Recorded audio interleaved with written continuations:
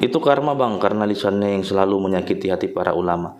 Ya kalau terkait bagaimana selama ini kontroversi Ade Armando, ya kita juga tahu ya kontroversi. Ada yang pro, ada yang kontra, ya kan?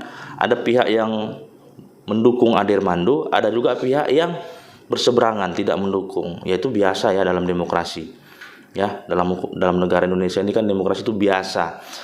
Tapi tidak ada alasan satupun yang membolehkan seseorang untuk melakukan penganiayaan. Itu yang perlu kita garis bawahi secara hukum ya, tidak boleh. Nah itu maksudku. Jadi pelaku-pelaku tersebut nanti akan diproses secara hukum. Yang rugi siapa? Yang rugi ya mereka juga yang melakukan pemukulan tadi akibat dari emosi-emosi sesaat. Dia harus menghadapi proses hukum. Kemudian yang komen-komen banyak yang mendukung, membela, menganggap pahlawan segala macam hanya bisa di sosial media. Cobalah, dukunglah secara langsung, berikan bantuan hukum. Gitu dia. Nah, terkait pemukulan ke Ade Armando itu memang tidak dibenarkan secara hukum, tidak boleh ya. Itu untung nggak sampai mati, takutnya tadi sampai mati lebih parah lagi, ya kan? Nah, kemudian banyak juga aku lihat di komen-komen itu Ade Armando statusnya tersangka, ya.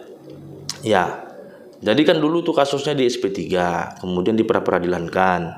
Hasil pra-peradilan memenangkan pemohon pra-peradilan, maka perkaranya harus dilanjut ya, nggak apa ya, dibatalkan SP3-nya. Jadi itu kan ada pihak pelapor, ada pihak pemohon waktu pra-peradilan itu, ya kan? Setelah kasusnya dimenangkan di pra-peradilan, perkara Ade Armando harus dilanjut.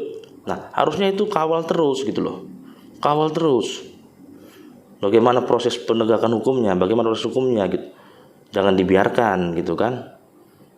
Nah, ini sudah tersangka, bagaimana kepastian hukumnya? Itu harus dikawal terus oleh pihak si pelapor atau pemohon pra-peradilan tersebut kan. Statusnya, kejelasannya bagaimana? Mintakan gelar perkara. Gitu dia, di follow up terus. Kalau dibiarkan ya begini, dibiarkan terus jadinya. Tapi kalau di follow up terus ya kita yakin lah pasti ada kepastian hukumnya. Gitu. Jadi jangan kita campur adukkan gitu ya. Karena dia tersangka di sana perkara yang ini, kemudian dia boleh dipukuli, ya itu keliru. Enggak boleh gitu ya.